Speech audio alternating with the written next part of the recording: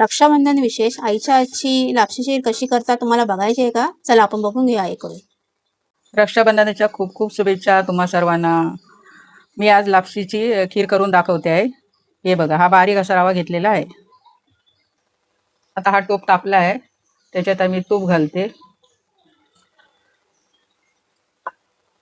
हा 1 वाटी रवा घेतलेला आहे लापशीचा, तो चांगला भाजून घेते. आता हा रवा थोडा फुलला आहे जरा, म्हणजे भाजला आहे थोडा. आता याच्यात हे डाळपत ह्याच्यातच परतून घ्यायची 2-3 मिनिटं. जेवढा आपण हे रवा परतू ना तेवढी चवीला खीर चांगली लागते.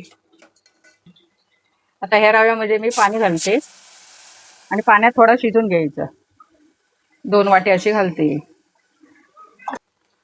आता मी थोडंसं चवीपुरतं मीठ घालते, कारण गोड पदार्थात ना थोडं मीठ घातलं का चव येते जरा चांगली. आता हा लापशीचा रवा शिजला आहे. आता त्याच्यात मी पाऊण वाटी अशी साखर घालते. आता साखर घातल्यानं पातळ होतं हे. आता साखर ना वितळली आहे.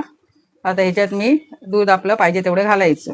तुम्ही दुधात शिजवलात तरी चालेल असा रवा, असा काही नाही. मग मी पाण्याने पहिलं शिजवते आणि नंतर मग दूध घालते. मला पाहिजे तेवढं घ्यायचं दूध, पातळ घट केवढी पाहिजे तेवढी, तसं दूध घालायचं.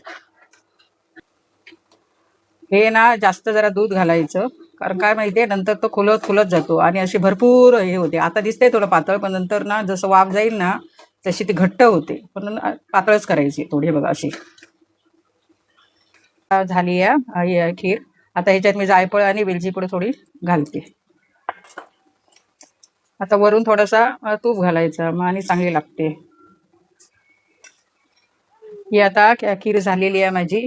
तुम्हाला जर ही माझी रेसिपी आवडली असेल तर तुम्ही लाईक करा, शेअर करा तुमच्या मित्रमैत्रिणींना, नातेवाईकांना आणि फॉलो करा.